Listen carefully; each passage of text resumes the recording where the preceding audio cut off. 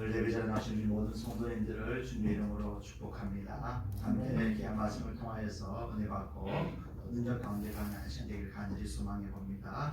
오늘 본문의 말씀을 가지고 거룩하고 선한 영향력이라는 제목으로 말씀의 은혜를 나누고자 합니다.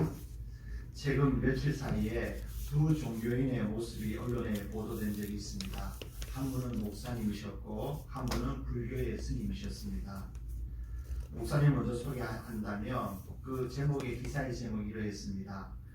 9명 정도 마다하고 침몰하는 타이타닉호에 다시 들어가 구명조끼를 양보하고 세상을 떠난 목사의 마지막 편지가 경매에 나와서 무려 6,100만 원에 낙찰됐다라는 기사입니다. 그 제목을 보시면 알겠지만 편지가 경매에 6,100만 원 받았다는 것이 주된 기사인데 그냥 앞부분 내용을 자세히 볼 필요가 있습니다. 9명 정도 마다하고 침몰하는 타이타닉호에서 다시 들어가 구명조끼를 양보하고 세상을 떠난 목사, 이렇게 소개하고 있어요. 지난 15일 영국 BBC 등 현지 언론을 통해 소개된 존 하퍼라는 목사님의 이야기입니다. 타이타닉호 아시죠? 이 타이타닉호는 1912년에 건조되어서 12년 4월 10일 날 처녀 항해를 했던 배입니다. 그런데 초호화 여객선이었죠. 길이가 무려 269m, 높이가 20층에 달하는 거대한 여객선이었는데요. 이 배는 영국에서 첫 출발해서 건조돼서 첫 출발한과 더불어서 가던 가운데 빙산과 충돌해서 대서양에 침몰했던 그런 배였습니다. 그런데 이 사연이 어떤 사연이냐면 이런 사연입니다.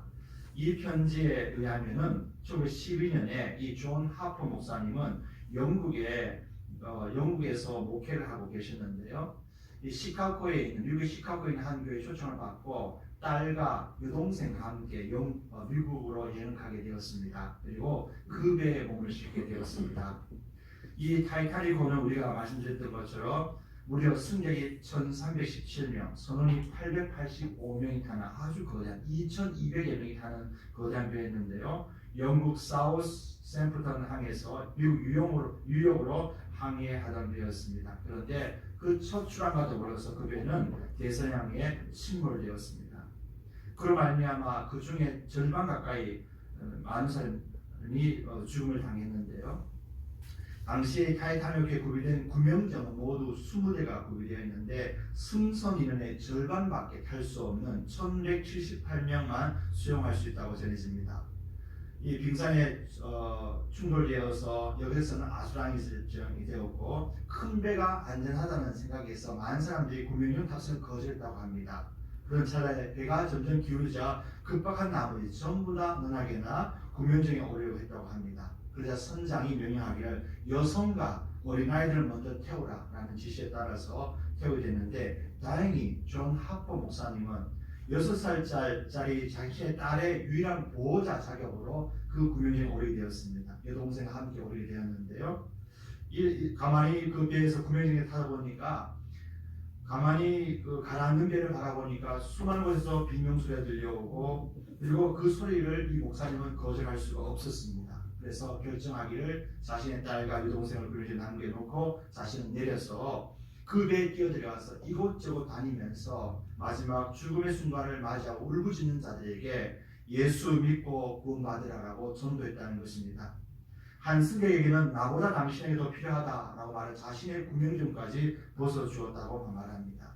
그리고 이 존 하퍼 목사님은 두동강 난 타이타닉호와 함께 차가운 바닷속으로 가라앉았습니다. 그의 나이 39살이었습니다. 하퍼 목사님이 남겼던 이 편지는 어떤 내용이냐면은 그가 출발하기 전에 스코틀랜드에 있는 한 교회 목사님에게 보낸 감사 편지 내용이었습니다. 친애하는 목사님, 당신이 베푼 친절은 잊지 않고 있습니다. 보내주신 프렛 부인의 기차 요금은 런던을 떠나기 전에 붙이려고 했는데 그러지 못했습니다. 제가 시카고에 가서 그분에게 보내도록 하겠습니다. 라는 짧은 내용이었습니다. 사실 편지 내용은 별다른 의미가 없는 편지였습니다. 그의 순관 죽음을 기리며 아마 경매에서 최고가를 낸 것으로 판단되어집니다. 사실 그의 편지 내용이 얼마나 감동스러워서가 아니라 존 하퍼 목사님의 숭고한 헌신의 모습이 후대 사람들에게 감동을 주어서 그 가치를 더해주는 기사였다라고 볼 수가 있습니다. 그는 죽음 앞에서 십자가 구원의 복음을 마지막까지 전했던 하나님의 사람으로 기억되고 있는 것입니다. 최근 한 불교의 한 스님에 대한 비난이 신문에 올랐습니다. 이름을 거명해서 죄송합니다만은 해민이라는 스님인데요. 이분은 늘 청민한 삶과 마음 공부로 대중과 친숙하게 소통해왔던 젊은 스님이었습니다. 그는 미국의 유수한 대학교를 졸업했고 남산에 좋은 비싼 주택을 소유했다는 논란 때문에 최근에 참회의 뜻을 밝히고 활동을 중단을 선언했던 스님이었습니다. 평소 법정 스님의 무소유와 명상을 강조하며 젊은 세대들에게 큰 공감을 얻고 있던 해민 스님은 2010년에 명상 에세이 멈추면 비로소 보이는 것들이라는 책으로 국내에서만 무려 300만 부 넘게 팔리는 베스트셀러의 작가가 되기도 하였습니다. 그러나 최근 한 방송에서 자신이 소유했던 한 주택 때문에 이것이 빌미가 되어서 뒷조사까지 다 밝혀진 바람에 결국 팔게 된 그 주택이 자기 소유의 고가의 주택임을 알게 되었고, 결국은 자기 동료였던 외국인 수행자였던 현각이라는 스님으로부터 비난을 당하면서 이것이 일파만파로 언론에 노출되고, 결국은 본인이 언론에서 참여한다는 얘기가 더불어서 방송을 전하고 모든 것을 내려놓겠다라고 선언했던 그런 내용이었습니다. 저는 이 두 기사의 내용을 보고, 특별히 이 불교 스님의 내용을 보고 옳거니 잘 지었다, 타종교와 불교에 대해서 내가 비난하기 좋은 케이스구나 라고 말하면서 기독교의 우위를 설명하려고 지금 말씀드린 것이 결코 아닙니다. 혹시 오해 없으시기 바랍니다. 두 분의 모습을 제가 정죄하거나 평가할 필요는 없다고 생각합니다. 그것은 누구나 다 할 수 있기 때문에 그러한 것입니다. 굳이 제가 그렇게 말씀드릴 필요가 없는데요. 한 가지 중요한 교훈을 얻고자 하는 것은 어떠한 종교이냐를 떠나서 종교인으로서 그가 믿는 신앙의 도리와 가르침에 따라 합당한 삶을 살아가야 한다는 것과, 그것을 통하여 일반인들이 많은 도전과 감동을 받는, 영향을 받는다는 점을 우리는 기억해야 한다고 말씀드리고 싶습니다. 반대 경우도 있죠, 여러분들. 목사님이 아니더라도 반대로 목사님들의 잘못된 삶 때문에 또 세인들의 비난을 받는 그런 모습들 때문에 숨을 당하기도 하죠. 반대로 타 종교인의 훌륭한 선행도 우리는 있음을 기억해 볼 수가 있는 것입니다. 도전과 감동을 주는 삶은 모두에게 존경을 받습니다. 비록 그 사람이 본인이 현세에 살아있지 않더라도 두고두고 좋은 기억으로 후대의 사람들에게 깊은 감동과 영향력을 주는 것을 우리는 기억해야 합니다. 지금도 위인들이나 성인들의 삶은 오늘 사는 현대인들에게 도전과 감동을 주고 있음을 우리는 얼마든지 인정할 수가 있습니다. 더더군다나 인생의 주인이시며 창조주신 하나님의 자녀로서 살아가는 거룩한 성도들은 더욱더 이 부분에 대해서 집중하고 신중한 삶의 행동과 태도를 견지해 보여야 한다고 저는 생각합니다. 호랑이는 죽어서 가죽을 남기고 사람은 죽어서 이름을 남긴다는 말이 있습니다. 그렇다면 성도들은 무엇을 남길까요? 성도들은 그리스도의 사랑의 흔적을 남깁니다. 그리스도의 향기를 남깁니다. 그것은 곧 복음에 합당한 삶을 살아감으로 남기게 되는 것들을 우리는 기억해야 합니다.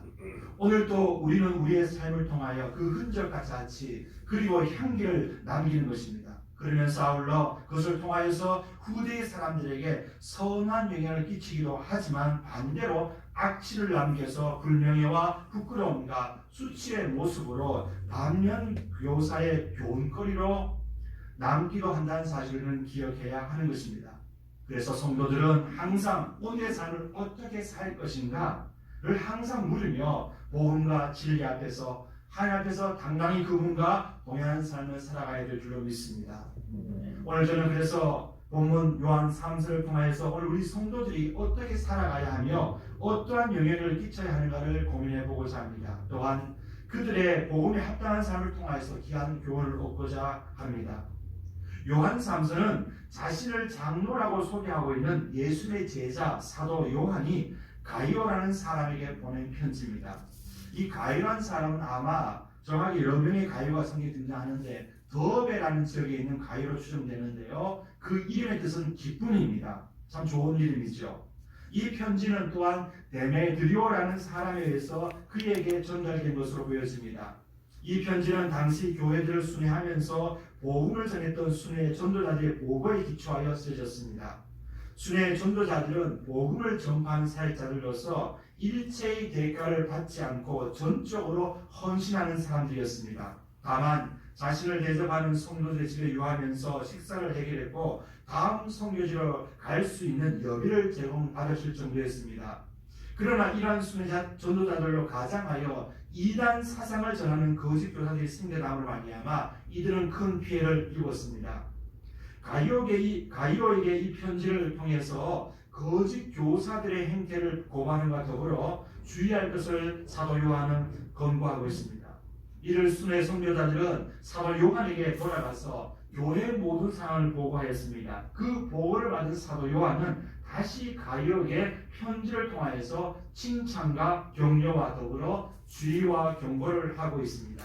그리고 마지막에 한 사람을 추천하는데 그 사람이 바로 데메드리오라는 사람을 추천하고 있습니다. 오늘 보면 2절로 4절까지 말씀은 사랑하는 자로 호칭하는 가이오에 대한 축복과 평안의 인사입니다. 우리 성도들이 이런 인사를 했으면 좋겠습니다. 사랑하는 자여, 내 영혼이 잘됨 같이 내가 범사에 잘되고 강건하기를 내가 간구하노라. 그렇습니다.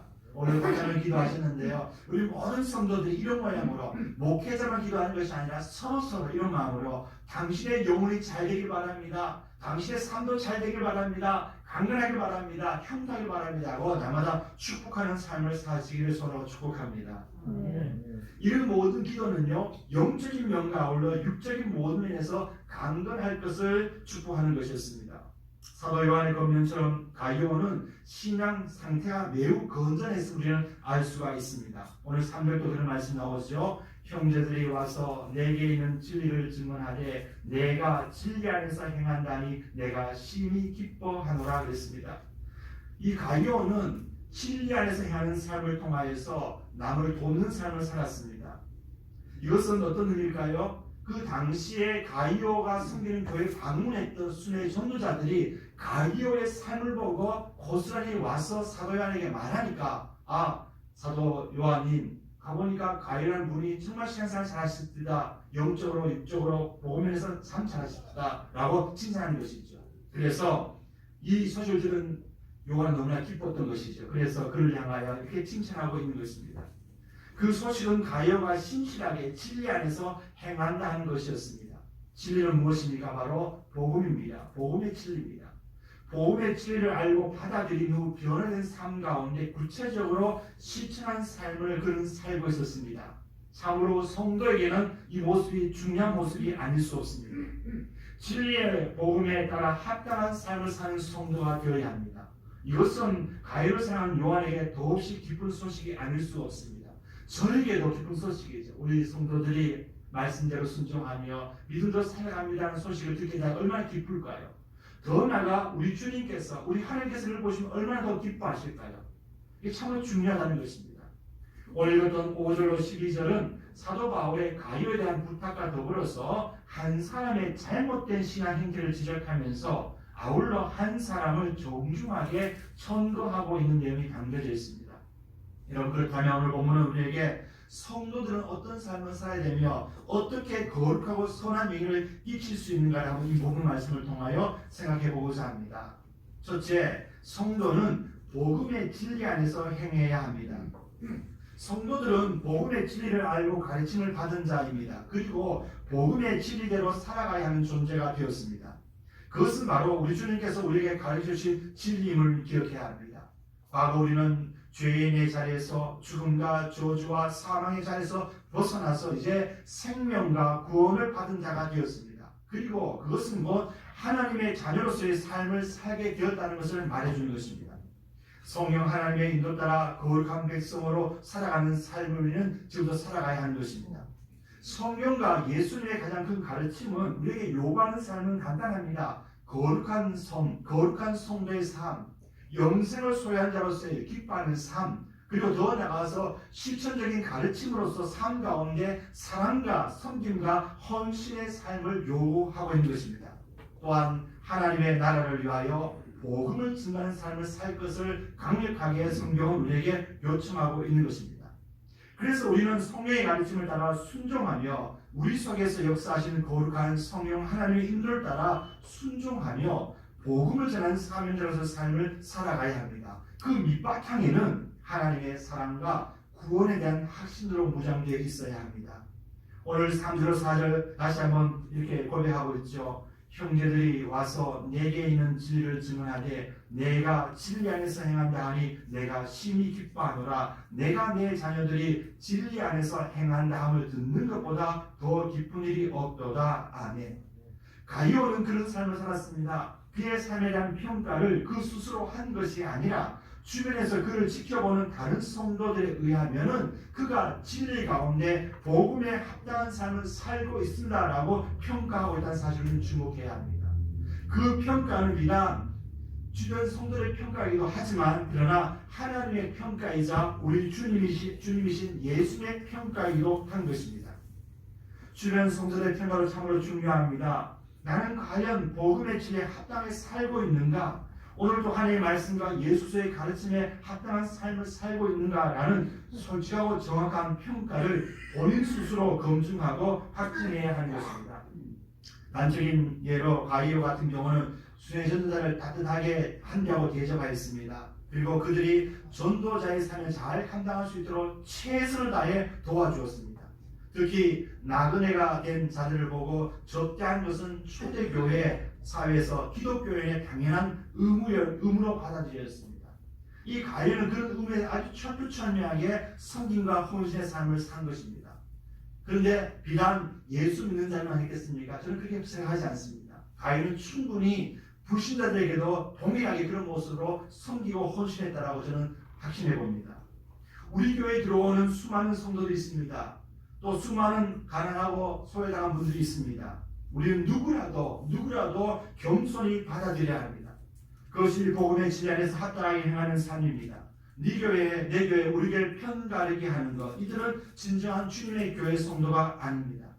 어떤 그런 소식을 들었는데요. 어떤 교회가 조만 개척교회가 주변의 교회를 연합을 했었어요. 했는데 1년 2년 동거하다가 다시 분란해서 갈라졌다는 거예요. 왜냐하면은 처음에 개척할 때 서로 멤버도 다르지 않습니까? 이쪽 교회 다르다 보니까 같이 연합해서 했는데 오래 가지 못했어요. 한 주 있다가 서로 네가 오르니 내가 오르니 안 맞아서 갈라졌다는 거예요. 여러분 이것은 어쩌면요 우리가 참 부끄러운 고백이 아닐 수 없어요. 진정한 교회라면 연합은요 자연스럽게 이루어질 수 있어요. 얼마든지. 그렇죠? 하나의 교회 아닙니까? 한 주의 교회 아닙니까? 네 편 내 편이 어디 있습니까? 그것은 바로 성숙하지 못한 모습이라고 볼 수가 있는 것입니다.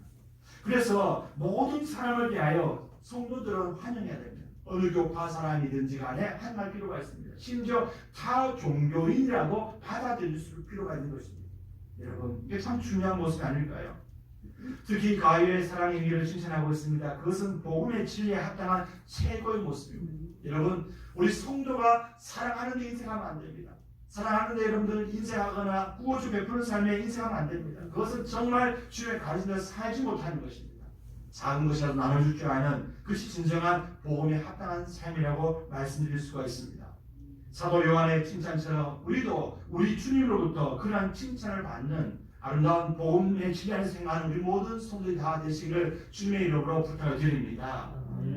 두 번째, 성도는 신앙적인 교만과 자만을 버려야 합니다. 오늘 본문 9절로 10절 말씀에 이렇게 말하죠. 한 사람을 소개하는데요. 아주 악평을 하고 있습니다. 내가 두어 자를 교회에 썼으나 그들 중에 으뜸되기를 좋아하는 디오드레베가 우리를 맞아들이지 아니하니 그러므로 내가 가면 그 행한 일을 잊지 아니하리라. 그가 악한 말로 우리를 비방하고도 오히려 부족하여 형제들을 맞아들이지도 아니하고 맞아들이고자 하는 자를 금하여 교회에서 내쫓는도다. 아멘. 가이오는 복음의 진리에 합당한 삶을 살았다고 소개하고 있는데 반하여서 지금 소개되고 있는 디오드레베라는 사람은 정반대의 모습을 보여주고 있습니다. 이 디오드레베도 가이오와 함께 같은 교회에 섬겼던 인물이라고 보여집니다. 그는 또한 어쩌면 그 교회에서 상당히 총맞고 훈련을 잘 받은 자라고 보여질 수가 있습니다. 보통 그 이름의 뜻이 말해주는데요. 가이오의 이름 뜻은 기쁨이라고 말씀드렸습니다. 디오드레베라는 사람의 뜻이 뭐냐면은 양육을 받은 자, 훈련을 받은 자라는 뜻이에요. 참 좋은 이름 아닙니까? 훈련받은 사람이라는 거죠. 어쩌면 그 이름 그대로 추론해 본다면 이 디오드레베뿐만 아니라 가이오도 함께 교회 성장하면서 함께 교회를 섬기는 사람이었는데 문제가 생겼습니다. 왜 이렇게 사도 요한이 그에 대해서 아주 격한 분노로 경고하고 있을까요? 우리가 그 상황을 유추해 보면 이러합니다.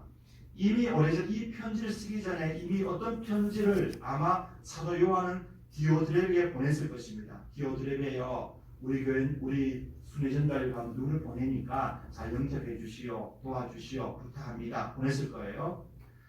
그러니까 이 교회의 지도자로서 당연히 편지를 받고 도와줘야 되는데 오늘 본문에 보면 디오드레베는 그렇게 행하지 않았습니다. 오히려 이 대접을 받고자 하는, 대접하고자 하는 성도까지 쫓아버리는 악행을 저질렀다고 말합니다. 그러면서 말하기를 보면 나오죠. 문제는 그는 스스로 건설력이 있어서 교회를 좌지우지하는 그런 모습을 보여줍니다. 교회의 건의와 사도 요한의 건의를 무시하고 순회 전도자들을 영접하지도 않고 심지어 교인들이 영접하고자 하면 영접하지 못하도록 막거나 영접하는 교인들을 교회에서 출교시켜 쫓아버리는 그런 악행을 저질렀다고 말합니다. 그의 특징을 보면 으뜸되기를 좋아했다고 말합니다. 악한 말로 비방한 자였습니다. 부정한 말로 비방한 것이었습니다. 형제를 맞아들이지도 않고 맞아들이고자 하는 손을 금하여 교회에서 내쫓았다고 말합니다. 인색하고 대접할 줄 모르고 자신의 마음이 맞지 않으며 내어 쫓아버리는 교회 안에서 마치 터줏대감 같은 역할을 하는 자처하는 악한 자라고 소개하고 있는 것입니다. 아마 그는 당시 거짓 순회전자들 교회로부터 지킨다는 명목으로 그의 악행을 합리화시켰을 수도 있습니다. 무례하게 행했을 수도 있습니다. 그런데 그의 모습은 철저하게 그리스도의 섬김과 겸손함이 없는 장황과 교만함이 가득한 위선적인 행위였습니다. 일명 바리새인과 같은 위선적인 모습이었다는 것이죠. 자신의 생각과 판단대로 교회를 좌지우지하는 흔들어대는 거짓 지도자였습니다. 아마 그 교회의 높은 장로나 감독의 역할을 했던 사람이 아닌가라고 추론해 볼 수 있는 것입니다. 문제는 사도 요한 화를 내면서 내가 가게 되면 그 사람의 일을 내가 가만 좌시두지 않겠다라고 다짐하고 있다는 사실입니다. 사랑하는 성도 여러분, 우리는 이런 자료가 본받으면 안 됩니다. 교회 안에서 훈련을 잘 받았다고 말합니다. 근데 문제는 뭘까요? 그 훈련이 자기의 영광을 위한 도구로 쓰임받다는 것. 내가 이런 훈련 받았어, 내가 이런 직분을 받았어 라고 말하면서 문제는 뭘까요? 교회의 지도자에서 본을 보이는 것이 아니라 신앙의 연조가 높다고 중직자로서 본을 보이는 것이 아니라 도리어 교회를 어지럽히고 심지어 초신자들과 새가족들조차도 함부로 대하는 그런 교만한 모습을 보였기 때문에 사도 요한은 그를 향하여 책망하고 있는 것입니다. 오늘 11절 말씀 이렇게 말씀하죠. 사랑하는 자여, 가열에게 말합니다. 악한 것을 본받지 말고 선한 것을 본받으라. 선을 행하는 자는 하나님께 속하고 악을 행하는 자는 하나님을 배우지 못하느니라 그랬습니다. 여러분 지금 말하는 건 뭘까요? 이 가이오의 행위는 선한 것이지만 디오드레베의 행위는 악한 것이다. 악한 것이다. 그리고 더 중요한 건 뭘까요? 악한 자는 뭘까요? 하나님을 배울 수 없다. 다른 말로 구원에 이를 수 없다는 거예요. 여러분 가장 어려운 것이 이것입니다. 교회 안에 여러 종류의 사람이 있지 않습니까? 양육을 훈련을 받은 사람도 있고 받지 못한 분도 계셔요. 훈련을 받으셔야 돼요. 훈련 받고 그래야 중시로 세움 받고 기도 훈련도 하고요, 말씀 훈련도 받고 이런 기초적인 훈련을 받아야 누구에게 가르치고 또 다른 성도를 섬길 수 있게 되는 거죠. 그런데 양육을 받아도 불구하고 계속해서 자기 인격과 자기 신앙을 다듬지 않으면 어느 순간인가 교만해지기 시작합니다. 내가 많이 배웠는데, 내가 이런 훈련했는데 너도 모르지? 이런 교만함이 있어요. 그리고 결국은요, 그 교만함 때문에 자기가 잘하는 것으로 착각하게 되고 결국 무너지게 됩니다. 도리어 하나님을 보시기에 교회를 어지럽힌 자가 될 수가 있습니다. 그렇다고 여러분 양육 받지 말아야 된다, 그런 말이 아닙니다. 훈련 받아야 됩니다. 받은 다음에 더욱더 더 겸손하고 낮아져야 된다는 거죠. 예수님을 제해야 된다는 것은 높아지는 게 아닙니다. 낮아지는 것입니다. 어제 태안에 있는 저희 동기 목사님이 위임을 받았어요. 위임을 받고 그 외에도 여러 분들이 장로 임실자들과 또 은퇴하신 분들, 권사님들이 수행 받았어요. 그 소식을 제가 들어주는데요. 모르겠으나 그런 제가 딴방은 아니지만 우리 목사님들 강목사님들 계시지만 어느 게 하면 축사하시지 않습니까? 많은 분들이 축사하면은 저는 마음속에 꼭 미움받는 분이나 혹시 교회 중지받는 분들에게 축사하면 꼭 그렇게 하고 싶어요. 예수님처럼 섬기십시오. 예수님처럼. 자신의 그거를 항상 잊지 말고, 자신의 포지션 항상 잊지 말고, 항상 예수님처럼 섬기라고 그렇게 말씀드리고 싶어요. 어느 순간인가 은근슬쩍 올라가면, 어깨가 올라가면 내가 좀 많이 배웠고, 내가 많이 알고 있고, 내가 교민도 높고, 난 중직자고, 이다 보면 교만하기 쉬워요. 그러면 어느 순간 말과 행동 속에 그것이 나타나게 됩니다. 그럼 안타깝지만 하나님은 그런 자를 멀리 사용하시지 않습니다. 여러분, 디오드레베의 모습이 그러한 것이었습니다. 악하였다라고 말합니다. 결코 본받아서는 안 될 악한 모습이라고 분명히 말씀드리고 있습니다. 이런 자들이 교회와 하나님의 말을 가리게 되고 더 나아가 예수의 복음을 가로막는 일을 하게 되는 것입니다. 지금 경계해야 될 모습이라는 것을 기억해야 합니다. 여러분, 여기 올려 계신 우리 장로님, 권선 집사님, 우리 주지자가 다 되었습니다. 그러나 더욱더 철저하게 예수를 따라서 섬기고 헌신한 삶을 사시기 바랍니다. 이런 부끄러운 책만 마지막에 피부보다 당한 일이 없기를 간절히 바라고 소망해 봅니다. 세 번째, 성도는 무사람에게나 진리에나 하나님으로부터 인정받는 자가 되어야 합니다. 오늘 12절 말씀을 읽어볼까요? 데메드리오는 무사람에게도 진리에게서도 증거를 받았으며 우리도 증언하노니 너는 우리의 증언이 참될 줄을 아느니라 그랬습니다.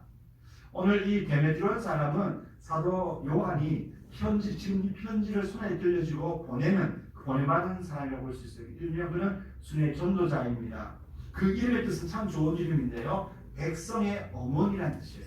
정말 좋은 모델, 목회자의 모델이 된 것 같습니다. 백성의 어머니. 우리 장로님들, 중지자들은 모델이 되면 좋겠어요. 백성의 어머니 같은 하나면 좋겠어요. 지난주에 저희 교회에 우리 전용팔 장로님 박경재 권사님 다녀가셨는데요. 교회에서 막 이것저것 막 꽃다발 사주니까 그분이 거절하시면 아이고 목사님 이게 친정치료 왔다 가는 것 같아요. 너무 좋아요. 고마워요. 그러고 가셨어요. 친정치료 왔다는 거예요. 어머니 같은 마음을 품었다는 거예요. 그 두 분이 경기도 광주 계시니까 자주 못 오시잖아요. 오시니까 우리 교회에 반가움을 받아주고 막 이것저것 막 싸주니까 너무 고마워서 친정치료 와서 왔다 가는 것 같다는 거예요. 너무 감사하고 가셨는데요. 어쨌거나 여러분 데메드리오라는 이름이 참 좋은 이름이죠. 그죠? 그런데 이 사람은 어떤 사람이냐면 사도 요한이 선도하는 사람, 추천하는 사람이었어요. 이런 무사람으로부터 인정받았고 그의 신앙과 그가 속한 교회 믿음에 대해서 또 사도 요한으로부터 그의 삶과 신앙 인격에 대해서 인정을 받은 자였습니다. 얼마나 훌륭한 사람인지 그 내용 속에서 소개되고 있는데요. 여러분 어떤 사람이 하나님의 일꾼으로 교회의 일꾼으로 사용될 수 있을까요? 적어도 데메드리오 같은 칭찬되는 사람이 되어야 됩니다. 무사람과 더불어 그의 신앙과 믿음에 대해서 하나님께서 인정받을 뿐만 아니라 목회자인 사도 요한으로부터 인정받는 그런 신실한 자가 되어야 될 줄 믿습니다. 이것이 교회 일꾼의 가장 우선적인 모습이라고 생각합니다.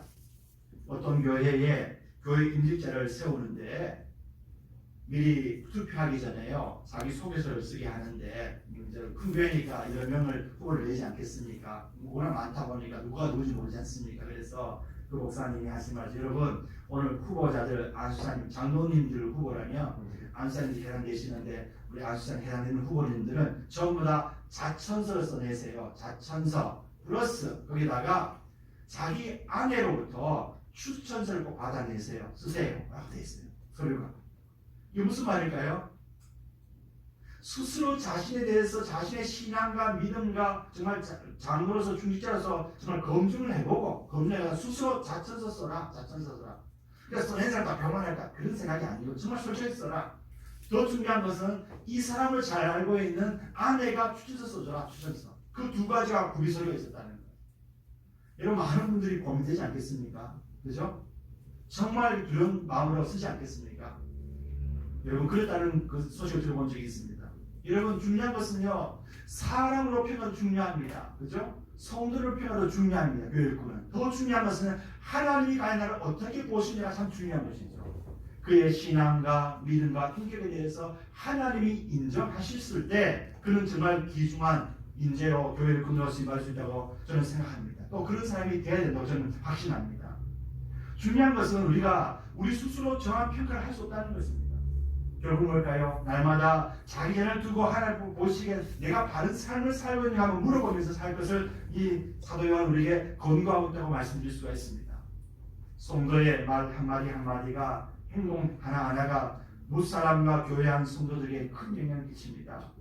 거룩한 언행과 행실을 보이고 선을 행하는 자가 있는가 하면 반대로 직분을 가졌지만 악을 행하는 교만한 이들이 얼마든지 있을 수 있음을 기억해야 합니다. 우리는 어느 편에 서야 될 것입니까? 어느 편에 서야 합니까? 주의 사람들이 우리를 보고 평가하고 있습니다. 저 교회 누가 다니고 있어? 어느 교회 장로란다, 집사람들 그것을 알고 있습니다. 모를 리가 없어요. 그렇다면 우리는 과연 그들로부터 어떤 평가를 받고 있는지 스스로의 삶과 신앙과 믿음을 한번 정직하게 한번 검증해 보셨으면 좋겠다는 생각을 듭니다. 예수님께서는 우리 성도들에게 요청하신 분명한 삶의 모습이 있습니다. 그것은 바로 마태복음 5장 13절로 16절 말씀입니다.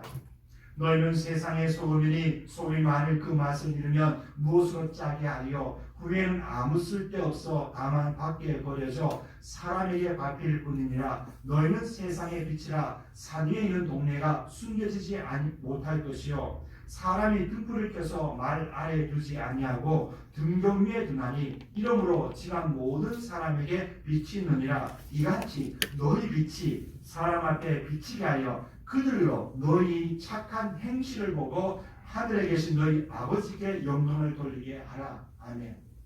너희가 세상의 소금과 빛인데 중요한 것은 그렇게 사역함으로 말미암아 너희 행실을 보고 믿지 않는 자들조차도 하나님께 영광을 볼 수 있는 삶을 살아라 라고 당부하고 있는 것입니다. 이런 것이 참 중요한 무거운 말씀이 아닐 수가 없는 것입니다. 또한 이 예수의 가르침 받은 사도 바울도 우리에게 이렇게 권면합니다. 고린도후서 2장 15절로 16절, 3장 3절 말씀이 이렇게 권면하죠. 우리는 구원받는 자들에게나 망하는 자들에게나 하나님 앞에서 그리스도의 향기니 이 사람에게는 사망으로부터 사망이 이르는 냄새요 저 사람에게는 생명으로부터 생명이 이르는 냄새라. 누가 이 일을 감당하리요? 너희는 우리로 말미암아 나타난 그리스도의 편지니 이는 몸으로 쓴 것이 아니요 오직 살아계신 하나님의 영으로 쓴 것이며 또 돌판에 쓴 것이 아니요 오직 육의 마음 안에 쓴 것이라. 아멘. 그리스도의 뭘까요? 향기. 그리스도의 편지다. 여러분 그렇죠. 향기는 전파됩니다. 주변을 오염시킵니다. 좋은 향기를 뿜어내기도 하지만 때로는 악취가 될 수도 있습니다. 이것이 진정한 성도의 삶이라고 말씀하고 있는 것이죠. 예수께서 말씀하신 것처럼 소금과 빛뿐 아니라 그리스도의 향기와 생명을 전하는 편지로서 성도는 살아가야 합니다. 이것이 진정한 이 세상 속에서 거룩하고 선한 영향을 끼치는 성도의 삶이라고 규정하고 있다는 사실을 기억해야 합니다. 성도와 자녀로서의 삶은 복음의 진리에 합당한 삶을 사는 것입니다. 더불어서 우리가 삶 가운데 복음의 향기를 드러내고 사랑과 승리의 본을 몸소일 뿐만 아니라 세상의 빛과 소금으로 더 나아가서 그리스도의 향기와 편지로 사는 삶을 말해주는 것입니다. 그러기에 오늘 성도의 삶이 참으로 중요합니다. 어제까지 그렇게 살아오셨더라도 오늘은 이렇게 사셔야 됩니다. 누구와 더불어요? 예수와 더불어 우리가 그분과 더불어 안과 밖에 그분과 동행하는 삶을 살아가야 될 줄 믿습니다. 그럴 때 그것이 자연스럽게 전도가 됩니다. 내가 입을 열지 않아도 내가 저 사람처럼 예수 믿고 싶은데 마음이 생긴다는 것이죠. 이게 참 중요하다는 것입니다. 오늘 성도들은 삶 가운데 삶을 통하여 하나님의 모습을 드러내고 영광을 드러내고 예수의 복음을 드리는 삶을 살 때 그 땅이 변화되어지고 감동 감화로 세워져감을 꼭 기억해야 합니다. 여러분 그렇습니다. 내일부터 시작되는 삶의 현장에서 가정과 직장의 터에서 내가 누구인가? 내가 하나님의 자녀요 성도라며 예수의 제자요 군사라며 어떻게 살아갈 것을 분명히 생각하고 오늘 주님 말씀처럼 진리 안에서 행하시고 남을까요? 신앙적 자만과 교만을 버리시고 겸손하게 예수님처럼 모든 사람한테 인정받는 삶을 살아가시는 우리 모든 성도들이 다 되시기를 주의 이름으로 소원하고 검언을 드립니다. 기도하겠습니다.